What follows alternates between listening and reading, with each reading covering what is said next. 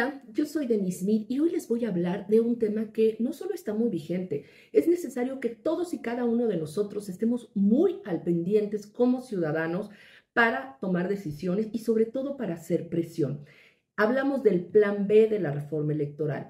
Sabemos, dando como antecedente, que López Obrador pretendía una reforma electoral que realmente destruía por completo al INE. Y es por eso que salimos a marchar el 13 de noviembre. Pero muchas personas creen que esto fue suficiente. Desgraciadamente, sí se derrotó la reforma electoral, pero automáticamente López Obrador y sus cómplices sacaron lo que hoy se llama el Plan B, que tampoco está muy bien que digamos, también pretende destruir por otros ámbitos al Plan B. Les explico. Lo que pretende justamente este plan es la mayor regresión autoritaria que ha vivido el país en los últimos 50 años. El pasado 13 de noviembre, les decía, la sociedad civil y los partidos políticos, yo les diría que fue un evento prácticamente histórico, inédito. Fue cuando salimos a las calles a manifestarnos en contra de una reforma que pretendía destruir a nuestro órgano electoral y era totalmente anticonstitucional. También estuvimos ahí, como dicen, echando el grito en el Senado. Todos sabemos que López y la mayoría dominante lo que buscan básicamente por todos los medios es destruir al INE y hoy en la Corte se encuentra la decisión más importante ante las impugnaciones que han presentado diferentes actores políticos por el Plan B. Algunos creen justamente que ya se logró frenar, pero no es así. Las consecuencias que tiene este llamado Plan B son devastadoras también para nuestra democracia. Pero este embate no ha sido solo una vez, ha sido la constante de este sexenio, solo que cada vez se exacerba con mayor fuerza. ¿Qué es lo que pretende este Plan B? En primer lugar, compactar la estructura del Instituto Nacional Electoral, lo que impedirá la funcionalidad de las elecciones y los servicios que nos brinda. ¿A qué me refiero? Pretenden correr al 80% de los funcionarios del INE, funcionarios de carrera, funcionarios que han ido subiendo de acuerdo a sus méritos, de acuerdo a exámenes exhaustivos para que realmente sean las y los mejores. Ustedes son testigos, todos y cada uno de nosotros, que cada vez que vamos a un módulo del INE, no solo nos atienden muy bien, sino que nuestra credencial es expedida de forma muy ágil y muy rápido. Antes eran 2 meses, ahora son máximo 6 días. Otra, las elecciones son organizadas de una manera, digamos que orquestadamente, no podría decir perfecta, pero sí muy organizada.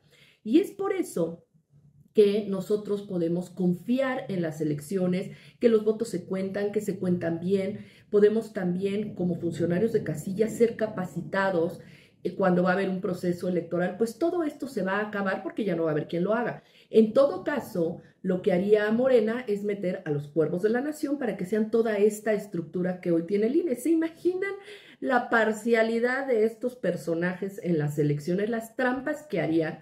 Esto estaría gravísimo, pues es una de las cosas que pretende López Obrador y sus secuaces, eliminar justamente al corazón que hoy mantienen los procesos electorales.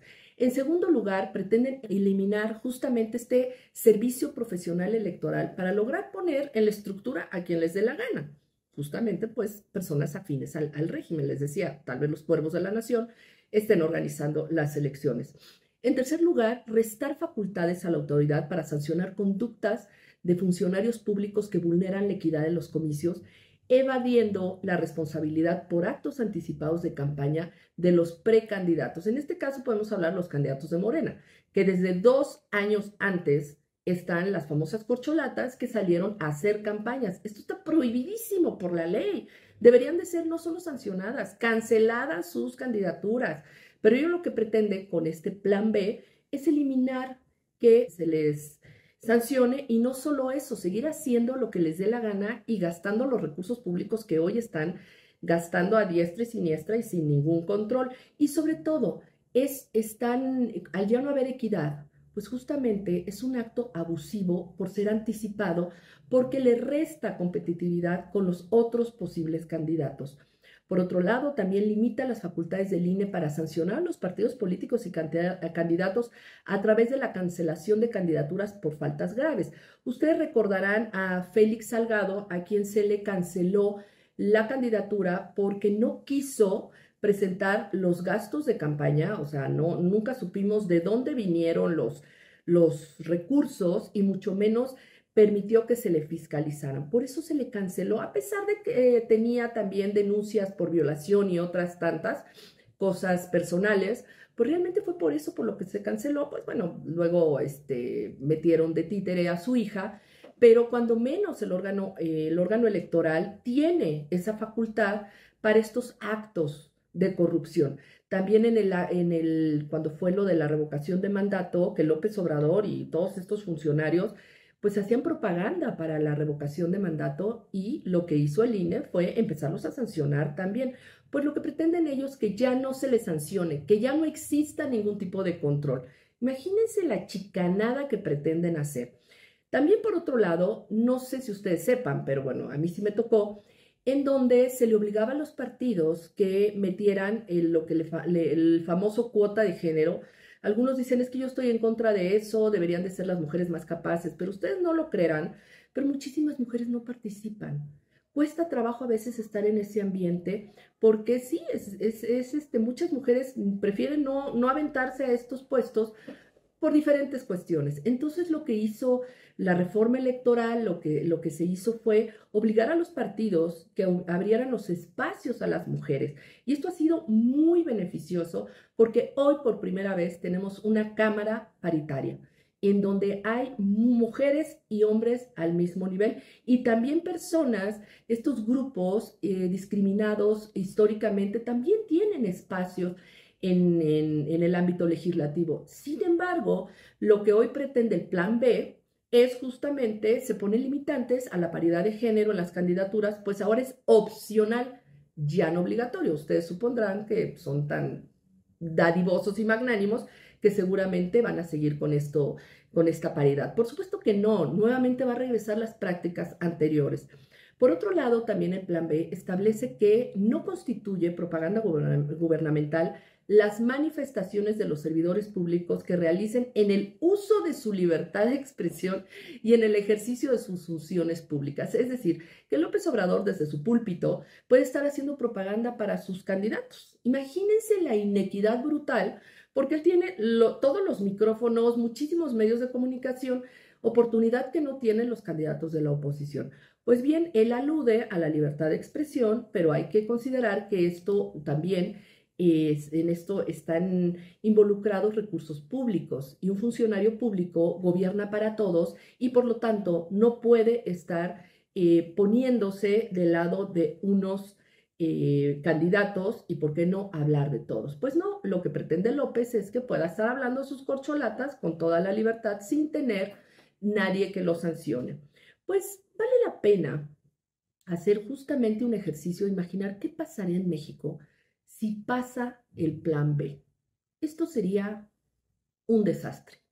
No se tendría certeza de la imparcialidad de los funcionarios de casilla que hoy cuentan los votos, y la verdad nos da muchísima confianza. Somos los vecinos, somos los ciudadanos.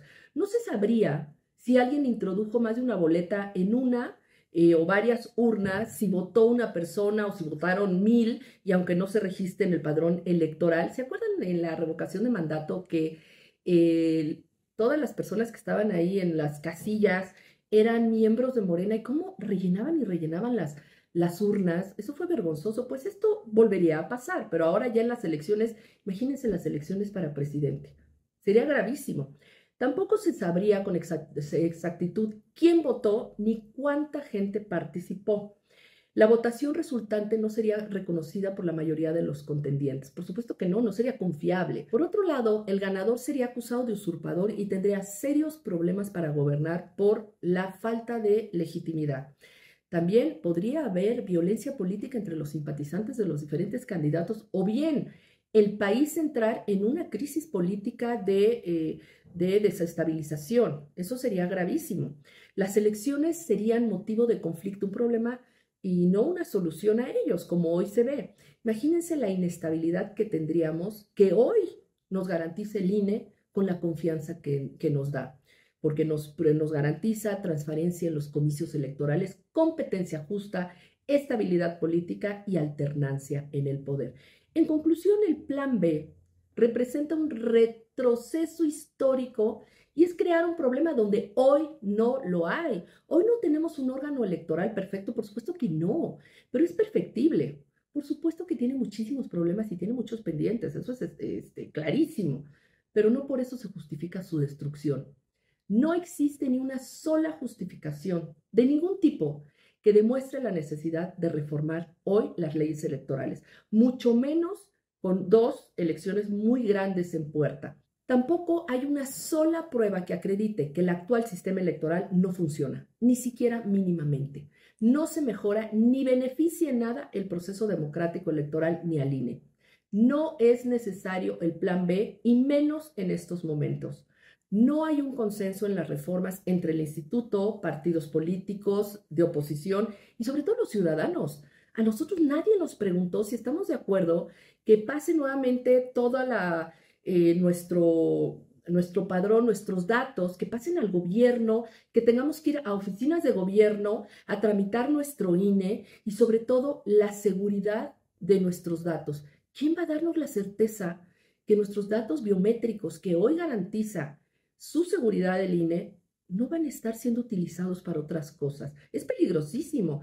También, por otro lado, no hubo conocimiento del Plan B para que se pudiera hacer un análisis previo. Vaya, ni siquiera los de Morena lo sabían. Se los presentaron en el Congreso unos minutos antes y lo aprobaron fast track sin ni siquiera saber qué estaban firmando. Fue terrible, luego se retractaron de muchas cosas. Tampoco el Plan B es protector de derechos humanos y mucho menos laborales de los trabajadores del INE y otras instituciones. No garantiza la equidad en la contienda electoral, por el contrario, autoriza el abuso de autoridades y servidores públicos precandidatos a cargos de elección popular.